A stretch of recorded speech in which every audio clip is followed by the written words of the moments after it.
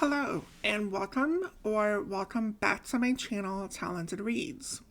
In today's video, I'm going to be talking about all of the books that I read in August. So I read a total of 24 books, and it's a total of 8,054 pages. My average rating was 3.8. As you'll see, I gave a lot of things 4 stars, so... I read 4 ebooks and 20 physical books. For star ratings, I had 1 5-star, 2 4.5 stars, 12 4 stars, 4 3.5 stars, and 5 3-star books. I read 8 new releases, 2 not so new releases, 10 backlist books, and 4 arcs. Alright, let's get into all the books. I'm doing a horror challenge this year in which I read a group of books associated with a specific subgenre of horror. I have a dedicated horror wrap-up video for August coming next week, so let's just run through those books really quick here, and then I'll talk more in depth about them in my video next week.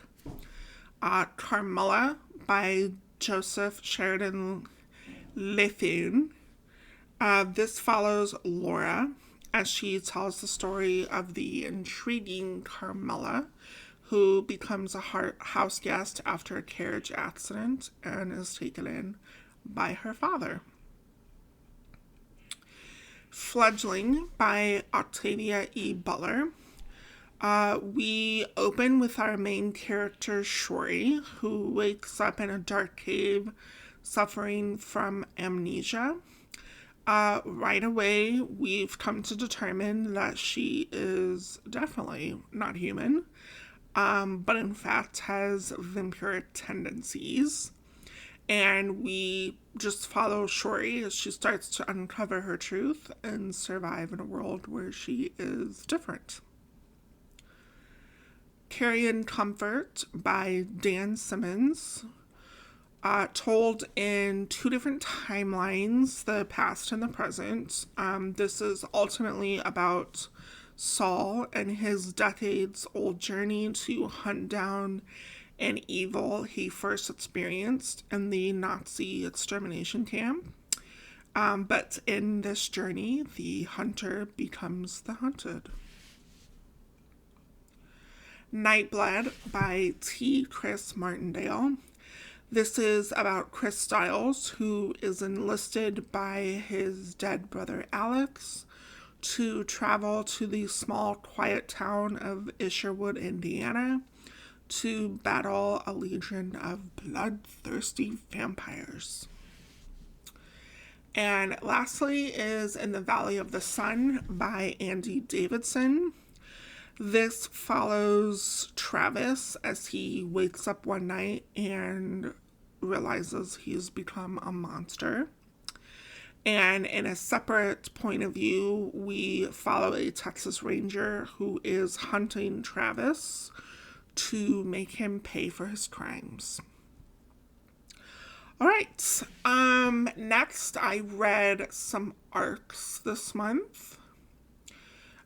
First we have Suburban Hell by Maureen Kilmer.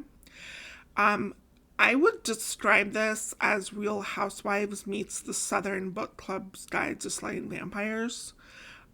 Amy, Liz, Jess, and Melissa are friends who live in this picture-perfect neighborhood. They are suburban moms who gather weekly for ladies' nights as a safe place to gossip and complain about their husbands and children. One night at Liz's house, they joke about having a she shed just for them. Liz decides to make that dream a reality, but upon construction, accidentally unleashes a demon. Okay, so if you think this sounds a little ridiculous, it is a little ridiculous, but I have to tell you, I enjoyed this more than I thought I would. Like, at first, I was feeling like I wasn't really vibing with, the motherhood thing, and then, like, shit hit the fan, and I was in it.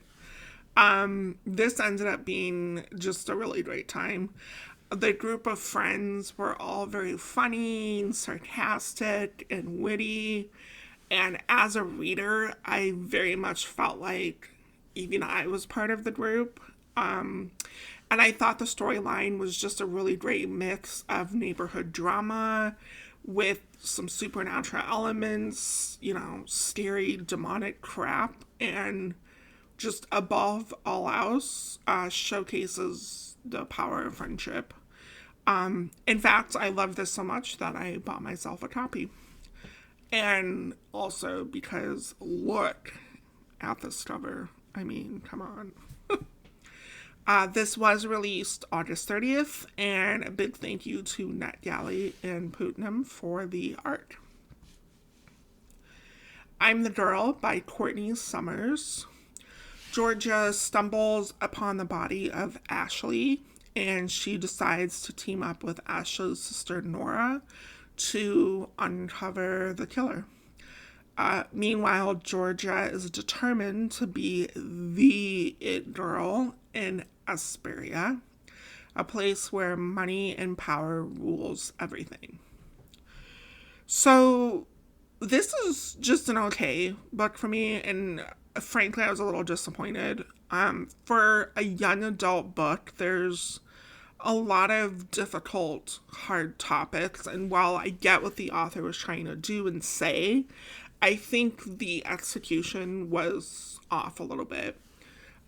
Georgia is really thrust into this world that no 16-year-old should ever be in these very adult situations.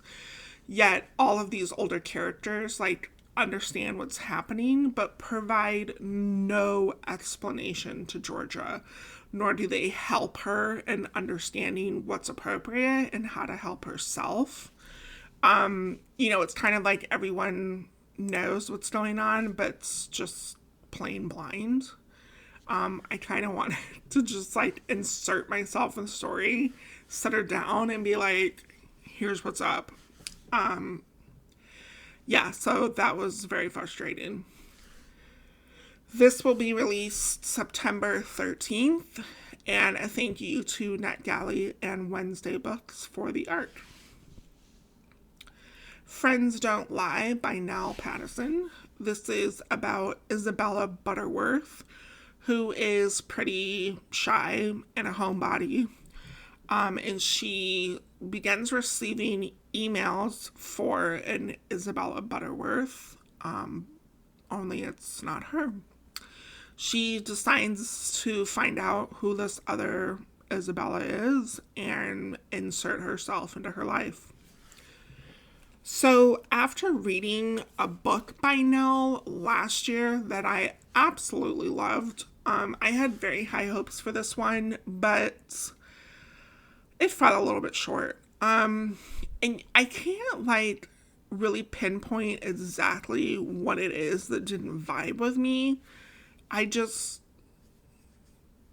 didn't enjoy it. This is a very character-driven and character-focused story, which I completely understand because the characters are so crucial to the plot. But I just didn't enjoy being in either of Isabella's point of views. But I will say, Nell knows how to write a freaking plot twist. Oh, man. This was originally supposed to be released September 29th, but I think it got pushed back to December. So I'm not really sure. If you want to check this out, definitely check on the publish date. But I thank you to NetGalley and Avon UK for the art. Such a Good Mother by Helen Monts-Takar. This is about Rose, who is pushing hard to get her son into a very elite academy. And so when a spot opens up, Rose manages to snag it. Rose finds herself kind of immersed in this inner circle of other mothers at the academy. And what seems like just what she needs ends up being this nightmare. This was just okay for me. I was expecting a little more mystery and just didn't really get that kind of until the end. But even the reveal felt a little short for me. I did not care for like any of the characters, and I just found this motherhood circle to be like toxic and just overwhelming. Like, I get that's kind of the point, but like I needed something else going on. And I think there's some obvious conversation topics about, you know, the need to fit in and working mothers, but I found it all not very relatable. This was released August 2nd, and a thank you to NetGalley and Random House for the art. Okay, next I read some books for the Magical Readathon, so let's chat about those. Below by Laurel Hightower. So the first sentence of the book says, "How far would you go to help a stranger?" And that pretty much sums up the book. We follow Addie, who is traveling by herself on a lonely highway behind a semi-truck that suddenly plummets off the side of a cliff. Addie struggles with whether to put herself first or help the stranger. That's all I'm gonna say because this is pretty short novella and I don't want to give too much away. This was pretty enjoyable. You know, I thought Addie made some pretty dumb decisions. But I will round it up for the creepy atmosphere that certainly got the blood pumping. And although Addie's decisions were dumb, it did make for a pretty interesting read. The Icepick Surgeon by Sam Keene. This is a nonfiction about the crimes and horrible things done to humans and animals in the name of science. This was a pretty interesting read. There's some like big names in here and behind the scene things that you either forget or just haven't heard about. I thought the topics discussed were, I thought the author did a great job at telling the facts, like in a manner that was both informative and respectful. Some of the topics included piracy, slavery, sabotage, murder, and torture, just to name a few. I did appreciate at the end where the author offers kind of a moment of silence and recognition for those who have suffered over the centuries at the hands of scientists. He also apparently has a podcast which offers a little more depth and just some extra stories to kind of go along with what he has included in this book. So I would very much love to check that out. The Keeper of Night by Kylie Lee Baker. We follow Ren, who is half British Reaper and half Japanese Shinigami. She's been collecting souls in London for centuries, but when her Shinigami abilities get the best of her, she and her younger brother flee to Japan. There, she enters the underworld to serve the goddess of death, but is she finally in a place where she belongs?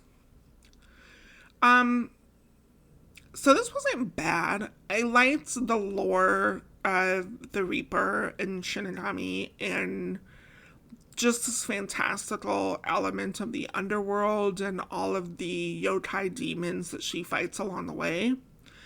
Now with that, I also thought the world could have been fleshed out just a little bit more. And there were some inconsistencies with their abilities, particularly when it comes to the Reaper side of her. Like for an example, her and her brother, are escaping, and during their escape, they're like literally right next to a group of Reapers, but still manage to go unseen. And then later we find out that like Reapers have this excellent hearing, but couldn't hear them when they were like right next to them. She also scolds her brother for saying her name out loud because of this powerful hearing. And the Reapers are gonna know where they are, and she scolds her brother for like giving away their location, but then she has no problems like screaming his name. Like, he's on the run too. Like, why do you get to scream his name? I don't know. And this just might sound picky, but there's a few other like hypocritical examples throughout the book that just made me not care for the main character as much. It kind of took away from the story a little bit.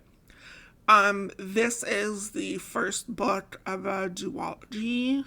I believe the second book came out this year, and I don't plan on continuing. Fangs by Sarah Anderson. This is a graphic novel following a vampire and a werewolf who start to fall in love. This was absolutely delightful. The graphics are like not very colorful, but I thought were perfect for the story.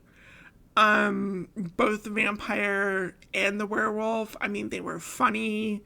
I thought the relationship was very cute, and there were even some things like just like, I'm not a vampire or a werewolf, but I felt like I could relate to a few of the things that they were talking about. So yeah, anyways, it was just a fun, like, quick, easy read. So Upgrade by Blake Crouch. This is about Logan, who is part of an FBI division called GPA, or the Gene Protection Agency. In this future, genetic engineering is illegal, and Logan's team tracks down the people behind gene tampering. The latest mission goes horribly wrong, and suddenly he starts to feel different. So I enjoyed this, but not as much as I enjoyed his other book, Dark Matter. I am a biology girl, and I've taken several genetic engineering courses in college. So, this topic kind of had me nerding out a little bit. I felt like the first part of this book was so action-packed and interesting, but then it kind of teetered out, and I found that I was just not quite as engaged in the second half of the book. And with this kind of storyline, there's some obvious conversations about genetic tampering and the impact that it has on other people in the environment. And I thought it had a very interesting take on, our attempt to answer like a very popular question, which is like, what's next for the human race? So although this wasn't a favorite, I did find it enjoyable. Lotso by Darcy Little Badger. This follows a Lotso who can raise the ghosts of dead animals, a skill that's been passed down through generations of her Apache family. When her cousin is killed in what the town deems an accident, Lotso uses her powers to determine he's been in fact murdered and refuses to let the killer go unpunished. This was a beautiful book. The storytelling had this like very whimsical fairy tale feel to it, and the pacing felt right, and the truths that we kind of uncovered along the way were very well done. I loved Lotso as a character. I thought she was very strong for her age and protective and proud of her family and indigenous heritage. I liked the little drawings throughout the book. This is, a made for younger audience, but it still was a very beautiful book. And I do like a big monster showdown, and I was not disappointed. Confessions by Kanye Minato. This was a reread for me and my only 5-star read of the month. This is about a teacher, Yuko, who, after the death of her 4-year-old, decides to quit teaching. But on the last day of her class, she makes an announcement to the class that she knows her daughter's death was not an accident, and she knows who the murderer is, and that they are sitting right in the classroom. So I will not say much about this because it is on the shorter side, and you really do need to go into this blind. But at the core, this is a story of revenge. And I thought there were good conversations on like student-teacher relationships and the ethics of education and revenge and, obviously tampering with people. And just so much more. Very good psychological suspense book.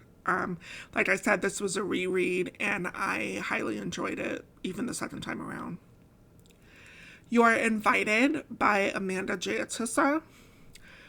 Okay, so this is a pretty good thriller, and I don't want to give anything away, so I'm going to just read you the synopsis from the back. When Amaya is invited to Kavi's over-the-top wedding in Sri Lanka, she is surprised and a little hurt to hear from her former best friend after so many years of radio silence. But when Amaya learns that the groom is her very own ex-boyfriend, she is consumed by a single thought. She must stop the wedding from happening, no matter the cost. I really enjoyed this. I literally read this in like a day in one sitting. It was very well done. I thought the stakes were high, and I felt the tension and pressure as a reader, and I thought it was very believable for a thriller, and it kind of had this like past and present point of view, and even in the present there's like some police investigating what's happening, and so there's they're obviously interviewing people that are kind of involved in this wedding party, and I thought that kind of splash of just a different storytelling take was just a really good mix with the kind of past and present flip, and it really unveiled things at just the right time. So yeah, I really enjoyed this, and I thought the twist was really good. I was not expecting the twist. So The Girl with All the Gifts by M.R. Carey. So I actually read this very early on in August so that I could include it with my July horror wrap-up on zombies. I won't go into too much detail here, so if you want to know more about what I thought, please check out that video. But basically, with this book, we open at a school where kids are strapped in from head to toe, and treated as hostiles, and you come to find out that they are infected. And then an event occurs at the base that forces, like, everybody to leave. There's a few survivors that band together along with one student named Melanie, and they just try to survive. I will say that I was really engaged in the first part of the story. I thought the school thing was very interesting. But then when everyone is forced to leave the compound, like, that's kind of where the story dies for me. So it wasn't as good as I was hoping. Okay, that's it for the magical readathon. Let's just chat through the rest of what I read in August. The House Across the Lake by Riley Sager. This is about Casey, who is out on the lake one day, and she saves her neighbor Catherine from drowning.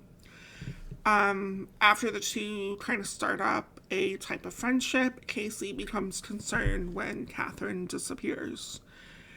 Believing that Catherine's husband has something to do with it, Casey inserts herself into their life and kind of spies on them in an attempt to get some answers. So after Riley's last book, which I felt was kind of a flop, I was a little torn about whether I would like this one, but I think he freaking nailed it. I loved the suspenseful atmosphere. You kind of got this, like, small, isolated lake neighborhood, which I felt was perfect for, like, what was going on. And I actually did not guess the twist, so, of course, that's always nice. And there was this little supernatural element that Riley kind of threw into the story, which I felt just really did the story some justice. It was just a really nice little touch.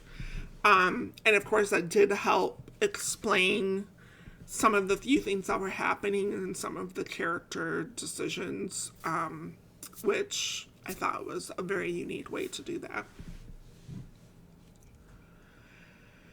Daisy Darker by Alice Feeney. This is about the Darker family who all arrive at the grandmother's house for a birthday party and to hear her will, which she announced she will be reading at her birthday party. The Darker family do not get along and haven't really been in each other's presence in quite a while. And everyone is on edge when the first person dies. So I really enjoyed this. I thought the atmosphere and setting were perfect for this type of storyline.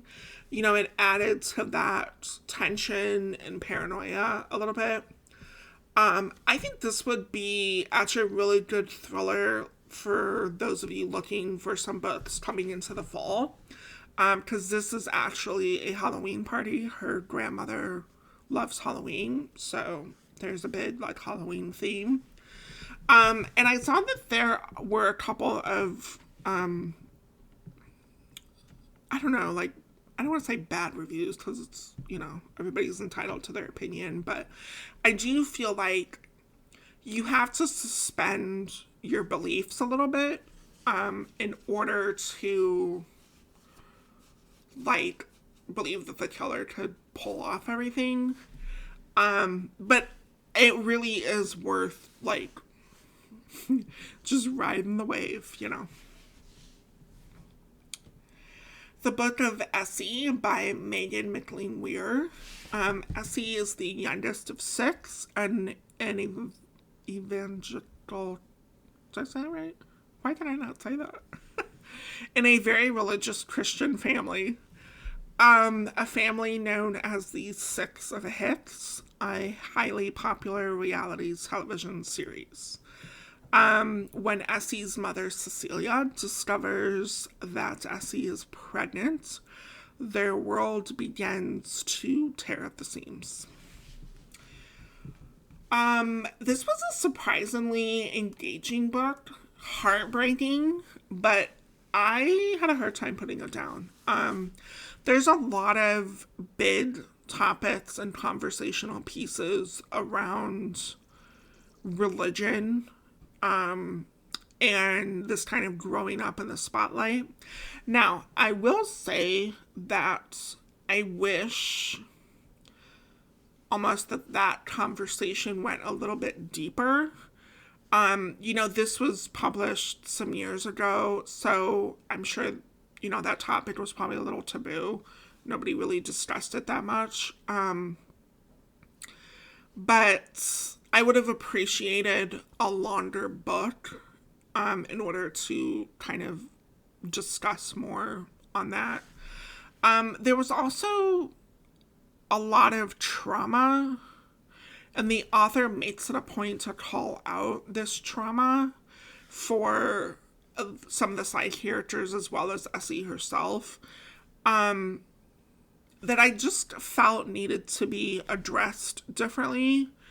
None of the characters seemed like bothered by their experiences, which I think is almost unrealistic, and I would have liked to have seen, discussions of therapy and healthy healing, especially when you're talking about such hard topics. I thought that would have been better for the storyline. But with all of that said, I did really enjoy this book, and I found it to be a very impactful read. The Pallbearers Club by Paul Tremblay. This is about Art, who decides to write a memoir about his life. It all begins with the Pallbearers Club, a club he starts in high school as a way to earn college credit. There, his friend enters the picture and never really leaves. This was such an interesting read. It's not like an in-your-face horror, though there are like mentions of vampires, and you kind of have to decide like yourself if you believe the tale.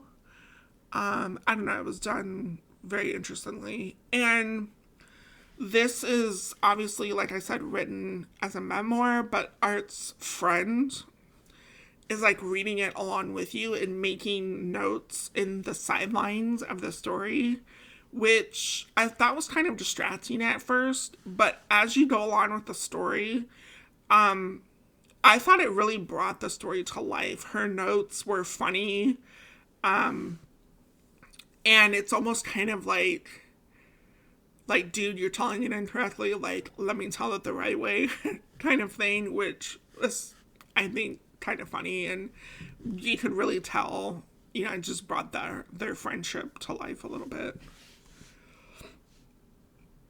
Just Like Home by Sarah Gailey. This is about Vera, who returns to her childhood home.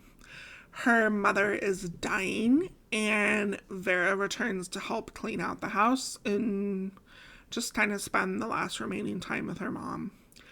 However, Vera slowly starts to realize there's something else in the house.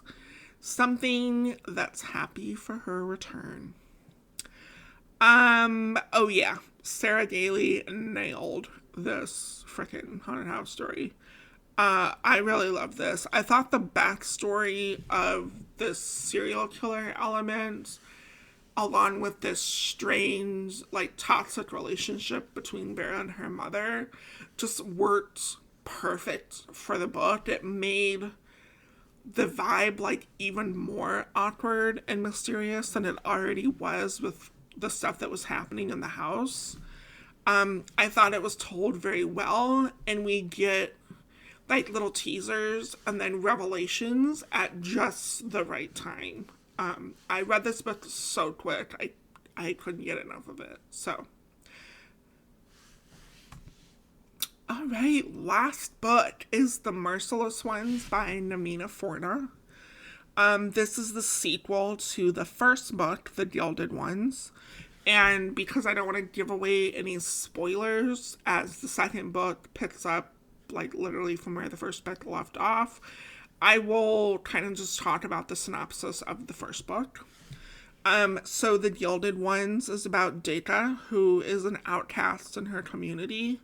And we actually open on the day of the blood ceremony, which determines whether she becomes a true member of her village. But during the ceremony, her blood runs gold instead of red, and she is cast out with the fate of death. However, a woman comes to her and offers her a choice. She can stay in the village and submit to her fate, or leave to fight for the emperor with an army of girls much like herself. And of course, Deka decides to leave and fight. So I absolutely love the first book. I gave it 5 stars and could not wait for the release of the second book. Now, I didn't love the second book quite as much, but I still gave it 4.5 stars. I just adore Deka as a character, and I loved this world that Namina has built. And, you know, there's gods in this world, and I loved their relationship with their gods. I thought the band of girls is very powerful. One thing that I didn't like is that in their first book, you know, Deka rises as this powerful, confident, strong person who has found herself and is ready to, like, take the reins and just kick some ass. But then in the second book, it's like she's turned back into this person who has, like, lost her way and is unsure and no longer feels like she belongs. So I kind of missed the old Deka. But you know, I think at the end we come now to this girl who's back where she was. Now, when I first came across these books, I thought they were a duology, but after finishing the second book, Namina definitely left it open for a third, and I went on Goodreads, obviously, when I was marking it as finished, and I see that there will be a third book. It's currently untitled, but I can't freaking wait to continue on with this series. Whew, we made it through everything. So that's it. That's all that I read for the month of August. Drop a comment below and let me know how your reading went. What was your favorite book of the month? Did you have any surprises? Thanks for stopping by, and I'll see you in my next video. Bye.